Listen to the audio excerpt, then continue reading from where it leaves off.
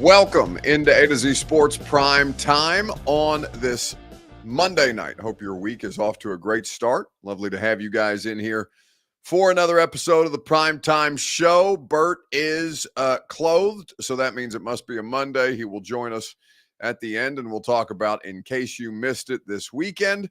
But the Titans had some offensive line news that came to pass earlier today. We'll talk about NPF and how much time he might miss and what the Titans might do basically for the remainder of the season. The Chargers and the Jets are on Monday Night Football. It does technically have implications for the Titans as the Jets tried and hang on miraculously to second place in the AFC East, and certainly a Chargers win would benefit Tennessee as they try to stay alive at the almost halfway point of the NFL year. A lot of different things to get into and not a ton of time to do it. So we better get off and moving here in just a second. Before we do, though, need you guys to share the program around on Facebook, on YouTube, on Twitter, on Twitch, wherever you're hanging out with us. We would appreciate you sharing the broadcast. If you're hanging out on Twitter, retweet it, bottom right-hand corner of your screen. Facebook Live, you can share now to public. If you are on YouTube or on Twitch, you can like the video. You can subscribe to the channel. We would be grateful for you that way. If you've done both of those things, tell a friend to do the same. We always like new faces, new names in the comment section. And, as we see them, we'll try and point them out because we like having new people involved. Love our OGs, but love new people as well. Always good. Karen O'Keefe says, bad news about NPF. Looking forward to Vrabel's press conference tomorrow on roster depth. Yes, indeed. Nicholas Petit-Frere and the offensive line is the subject of tonight's discussion. So let's go ahead and get this thing going. Welcome into A to Z Sports Prime Time on this Monday night from the Zen Sports studios.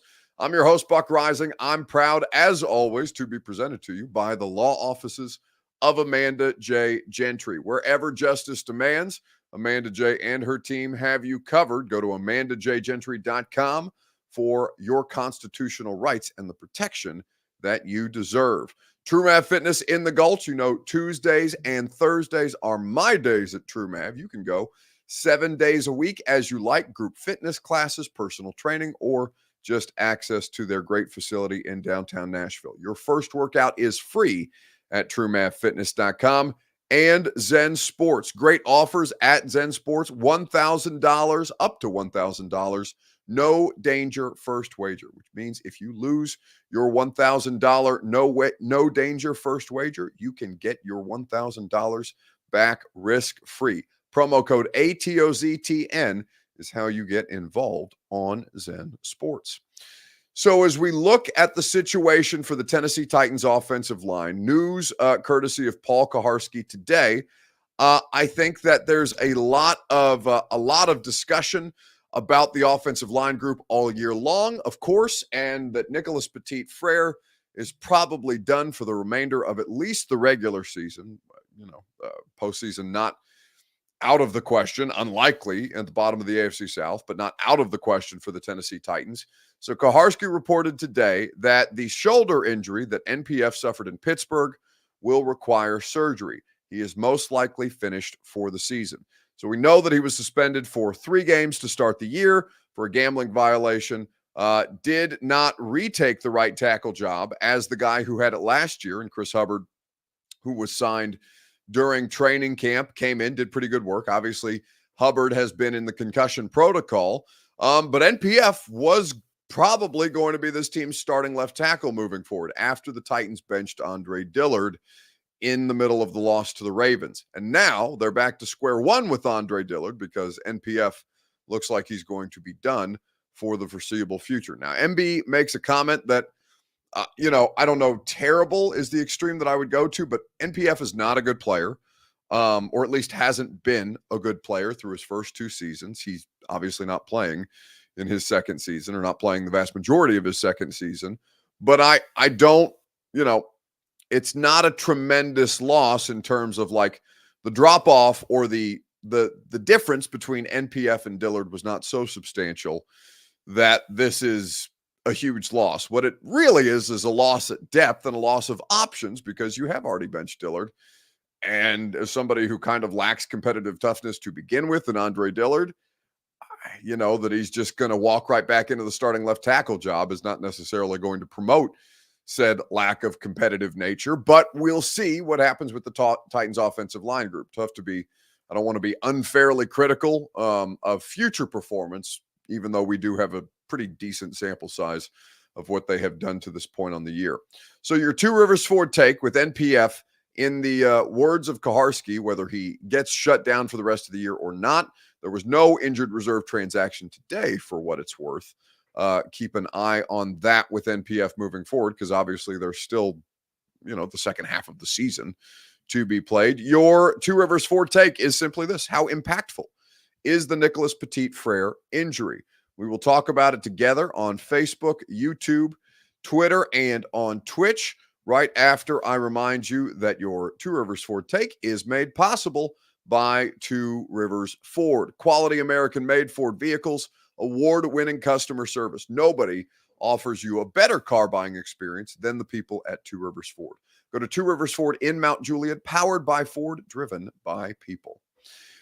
Looking at the Titans offensive line group now, we'll see what happens with Hubbard. They don't practice until Wednesday.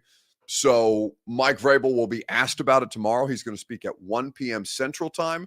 We probably won't have an update on Hubbard. Well, we won't have an update on Hubbard until then. So keep an eye out for that. Right now, let's just assume that Hubbard remains in the concussion protocol. We'll see at what point they can get him back. So if Hubbard is out of the equation, just in this hypothetical, Dillard is your left tackle. Raiden is probably your right tackle. Skoronski is going to stay at left guard, Brewer at center, and Brunskill if he's healthy, and that's not a guarantee because Daniel Brunskill was very, very much laboring through that last game on Thursday Night Football. If all of those things are so, then Raiden is the guy who's going to come into the lineup. So how impactful is this particular injury?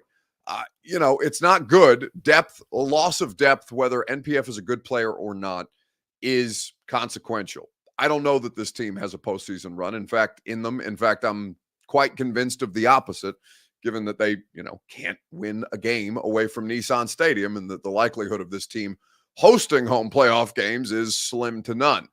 But NPF and the lack of offensive line depth that brings is obviously a bigger problem to be had. I talked to NPF after Thursday Night Football, the game that he was unable to finish, and this was the exchange that we had in the locker room. It's adversity, and it's something that this team has fought through a lot of times. Like, that's one thing that I know that this team is built on, is we're built on adversity. We're built on being able to prove people wrong and being able to find adversity in things and overcome them. So this is a great unit. This is a great team. There's a lot of great players here. So I'm going to try my hardest to get back as healthy as I can so I can help this team win, because I know that that's the type of culture that we have here, is about finding ways for us to find ways to win and create a culture of competing, and no matter what the circumstances are.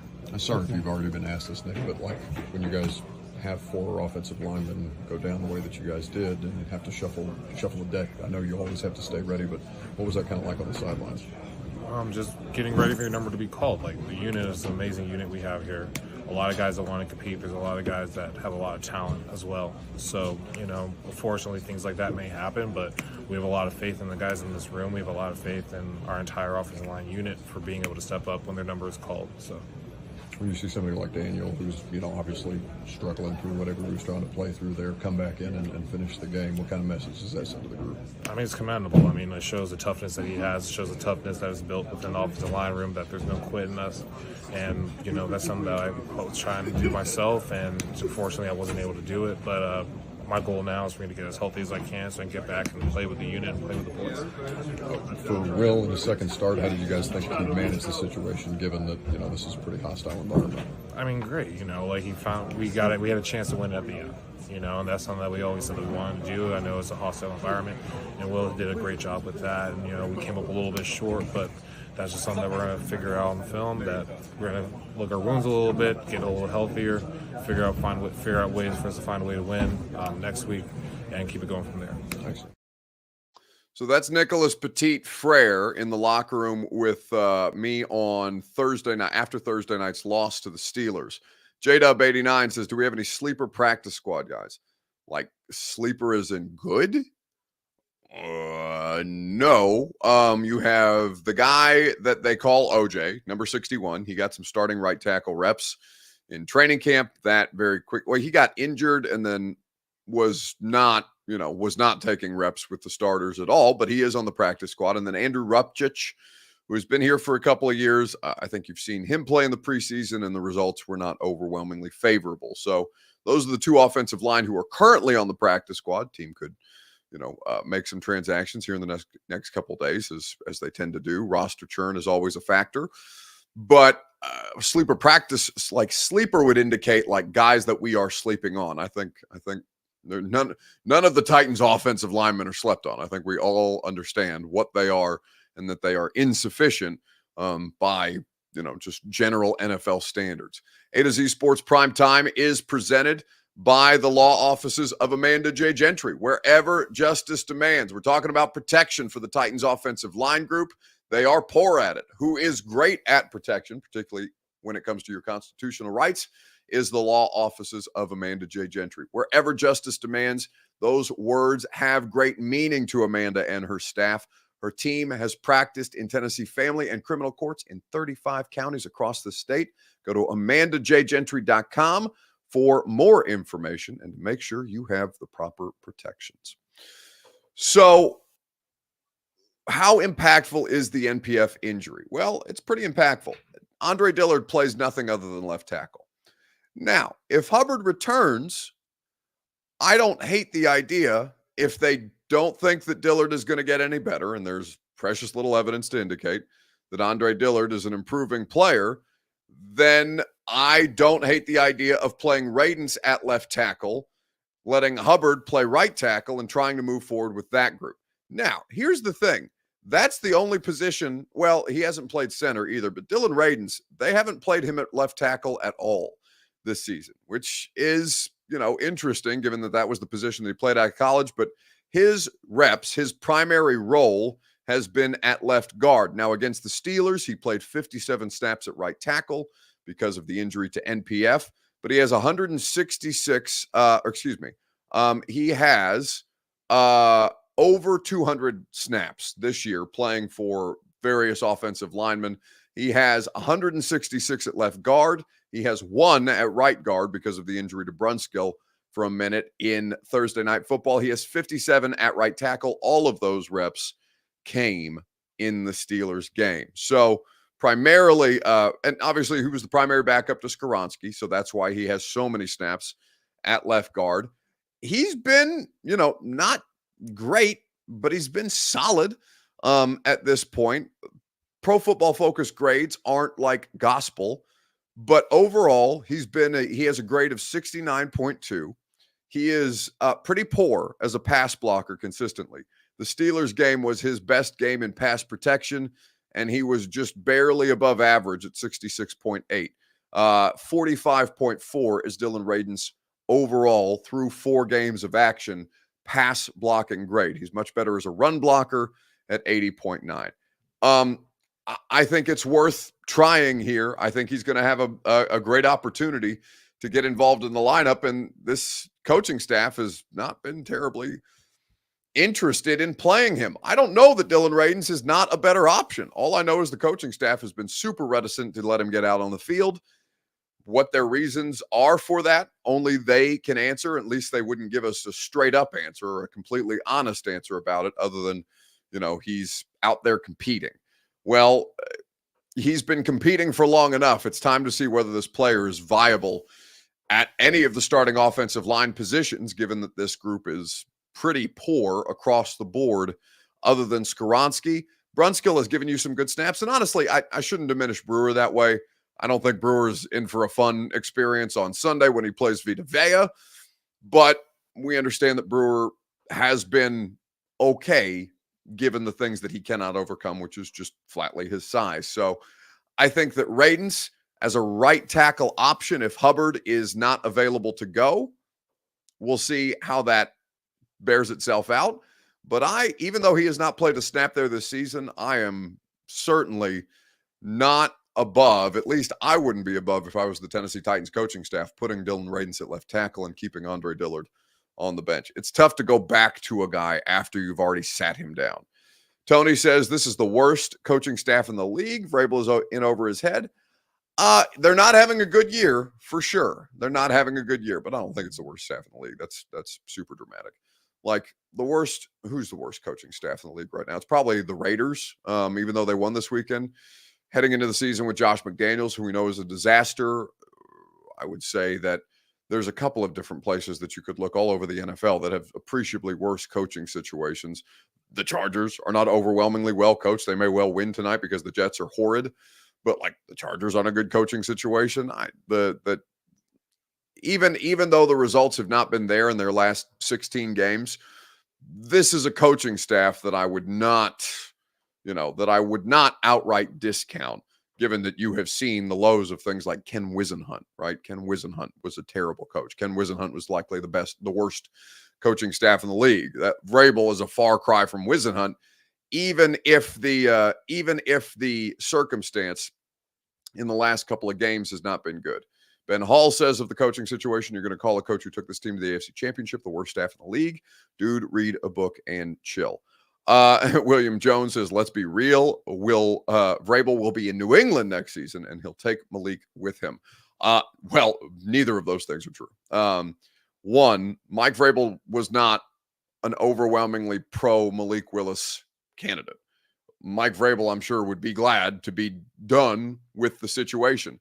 That Vrabel would take a worse job with a worse quarterback circumstance and less cap space next year is, of course, ridiculous. Mike Vrabel would not be set up for success in New England. Mike Vrabel is more set up for success. Whether they capitalize on that success or the promise of that success or not remains to be seen, and ultimately, that's what we'll judge them by. But you cannot, if you listen to the radio show today, you heard Mike Giardi, our friend formerly of the NFL Network, who now covers the Patriots as a beat writer for the Boston Sports Journal. The Patriots are the worst team in the AFC this year. The worst team in the AFC. They're 2-7. The Patriot way is dead. The roster is poor. Dan Orlovsky is breaking down film on television saying it's impossible for anybody to succeed at quarterback in this situation. And you're going to look at the Patriots and say that's a job that Mike Vrabel would leave town for. Mike Vrabel may leave town for a job, but it's not going to be the New England Patriots as currently constructed.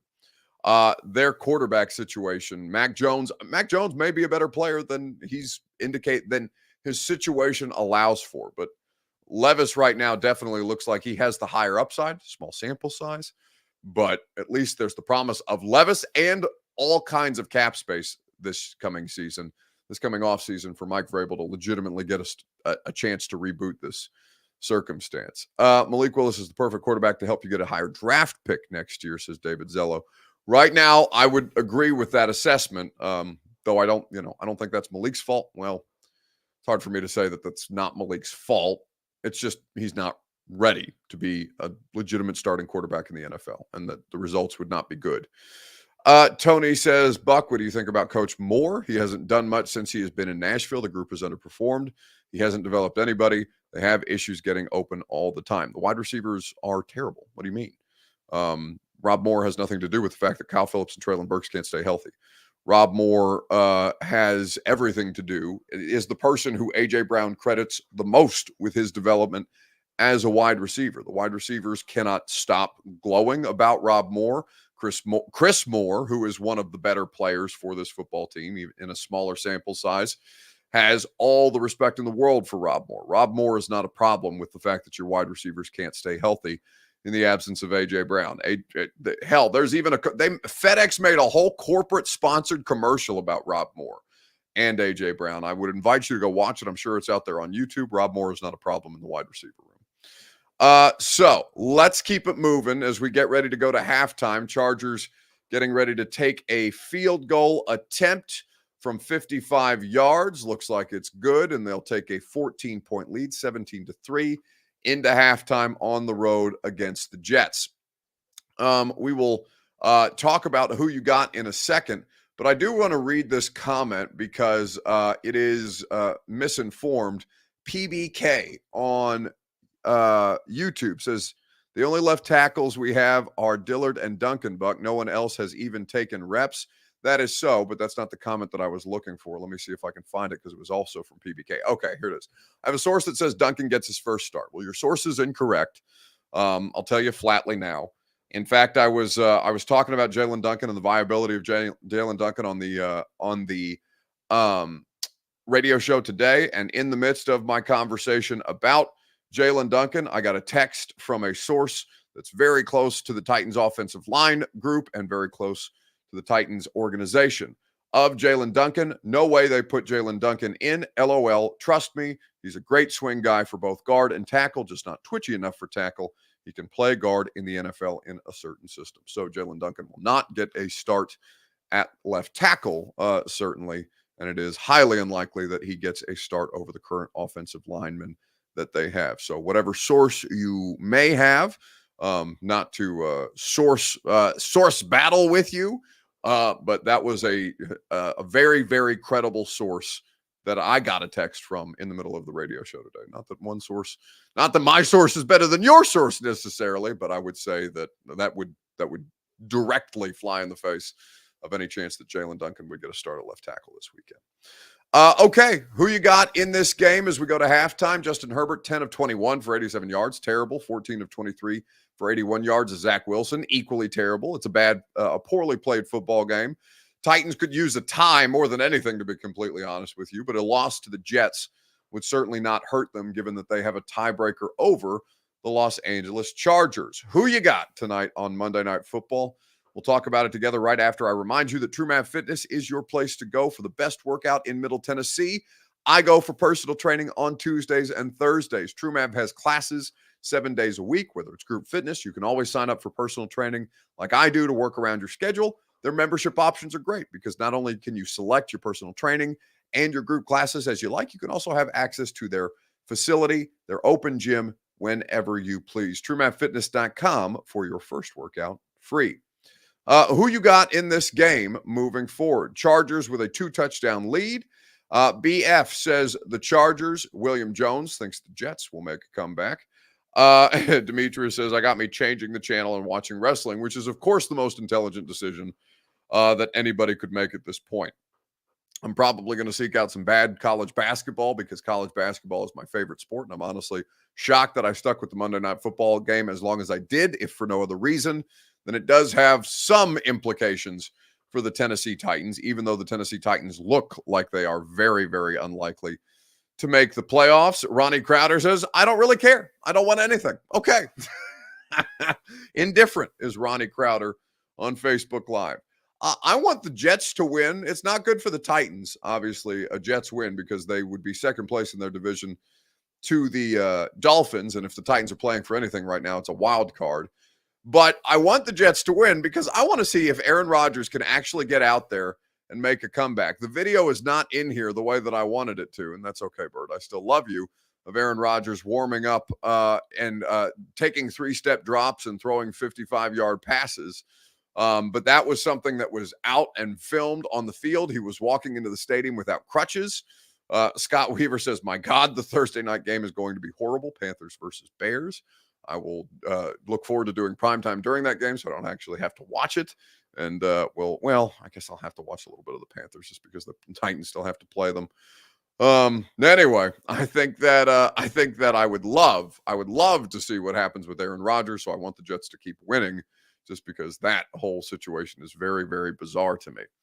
Anyway, let's keep it moving. Let's welcome Bert in case you missed it. There's some good stuff, particularly around the AFC South, to cover. We'll do so right after I remind you that Zen Sports has your $1,000 no danger first wager. Plug in that promo code ATOZTN that you see behind me, and you will get up to $1,000 on your first bet at no risk to you. Zen Sports is the best place to wager on the NFL, college football, college basketball, the NBA, or hockey. All your favorite major sports can be found at zensports.com. So go to the Zen Sports app, plug in the promo code ATOZTN, get your terms and conditions. Must be 21 or up in Tennessee to bet. Gambling problem?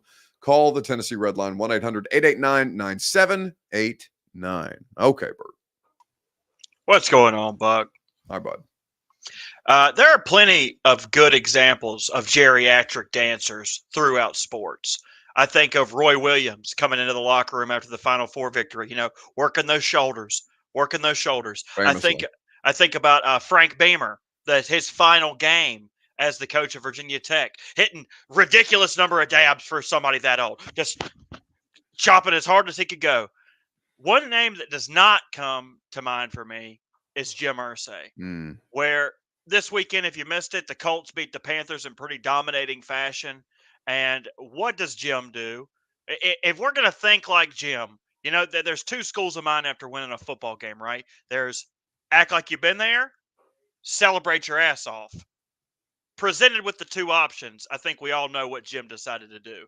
So I wish we could show this video in its entirety, in its full form. If you haven't seen it, I think it's on the RKW Twitter. You can just search Jim Irsay. It'll be the first thing to come up. What a plug by you. Hey, by the way, while we're here, go ahead and follow me on Twitter, Robbie_Walsh. Let's get some clout out of this. If I've got to work this godforsaken segment, might as well get something out of it. We cannot show you the Jim Irsay video with the music, but if you're a fan of recent music, Meek Mill, somebody that comes to mind, Dreams and Nightmares, plays in just about every locker room. Even Philly, he's a Philly guy, plays in every locker room. Doesn't matter. Everybody loves that song. If you hadn't heard it, go cry. Go have a nice cry in your bathroom while your kids are asleep. It's a good song. So they're playing this song after the victory against the Carolina Panthers, and I would like Buck and I to watch it Mystery Science Theater style. Shall we? Together. So here is Jim Irsay dancing to Dreams and Nightmares. The man whose two fingers that he's holding is the new head coach of the Indianapolis Colts, Shane Steichen. Shane Steichen clearly trying to wiggle the fingers out of Jim Irsay's Oh, he got it. grasp. He got it. He got away. Now Irsay is freestyling. The players are gathering around. Steichen doesn't know what to do. He's bouncing awkwardly, as is Jim Irsay, clearly digging for something, grabbing at something, and now is fired up in just nothing but glorious cigarette-fueled rage. This is after the Indianapolis Colts thoroughly trounced the one-win Carolina Panthers on the year. Again, I say to you, Shane Steichen cannot get further away from that delirious old man fast enough. I have so many questions. The dance moves. Let's start it back from the beginning. The dance moves. The what?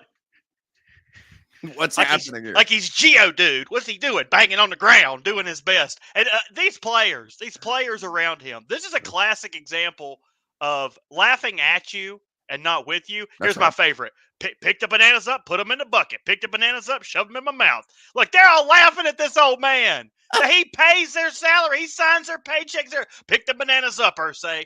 Look, does he know the name of this player? Hell no. He has no clue who that is. But you know what? 93 is smart to go up and give the owner a hug, because you know what Jim Irsay is going to remember after this cigarette and pill-fueled likely situation. I'm recklessly speculating at this point. He is likely going to remember that is the person who embraced him after his dance moves to celebrate a win over a one-win team, remember, like they're winning the Super Bowl. The Philadelphia Eagles come out of the tunnel before Super Bowls, 2 Dreams and Nightmares by Meek Mill. Jim Irsay is celebrating on the road in an away locker room, a sad away locker room, like they have won something of consequence, and also hanging on to dear life to just those 2 fingers of his new head coach. It is so bizarre. Hang on, Shane. If you let go, he'll fire you and then replace you with a person from television because he used to play center for the Colts. Careful now, Shane. Careful. Just like a small orangutan, if you pull away too quickly, he will rip your fingers off. Now wait, let's see if we can bring our worlds together, shall we? Let's see if we can complete the holy trinity of the A to Z Sports primetime show. Can we? This is our Colts. This is our team. Yes. We bleed blue. We did it. This is our Colts. Whether win or lose. Let's go, Irsay. Love them. Hug 93. For the shoe. Beat the Titans. Scoop the Let bananas. the world hear us now. Get This down is there, our Donkey team. Kong. Go Colts. It's the holy trinity. Oh my God. Who's to say? Job's done, boys. That's right. We have nothing. We cannot do any better than we've just done right there. In fact, that is the best segment that the primetime show has done in 5 years. It is, of course, nothing to do with anything that we actually care to talk about. Going Works to for do it. me. See ya. Well done by Bert. That will conclude our time here together to get you back in time for the second half of Monday Night Football. Radio show tomorrow, 10 to 1 on 104.5 The Zone. New outro video, says William Jones. What, just no sound Jim Irsay scooping the bananas or pounding the ground like, what did Bert call him? Geodude. Ben Hall says, Bert, back to your lightless dungeon. Jack Ripper says, Buck is a low-key Colts fan. No, it just bothers the holy hell out of all of you, which makes me smile. I'm sorry. I can't help but twist the knife from time to time. And also, you better hope that you beat the Carolina Panthers, because if crazy Jim Irsay and his football team can do it, you certainly better be able to at this point. Dwayne Carroll says, the Colts are Buck's team. He's from Indiana. You guys know that I grew up a Jets fan? Like, you have no idea. I'm going to find that picture of me in second grade in a Jets John Abraham jersey for no other reason. That I have lived in Tennessee longer than I ever stayed in Indiana. That is a quantifiable fact. So that the idea that there would be I don't have an allegiance to any football team other than to point and laugh at all of the football teams, because all of your football teams do something stupid, and it is on a regular basis. And it is my great privilege and honor to laugh at those things with you together. All right. That's going to do it for us tonight on the Primetime Show. Go ahead, Bert. Play in the background. This is our team. We bleed blue. See you guys tomorrow. This is our 10 a.m. on Colts, the radio whether show. win or lose. 104.5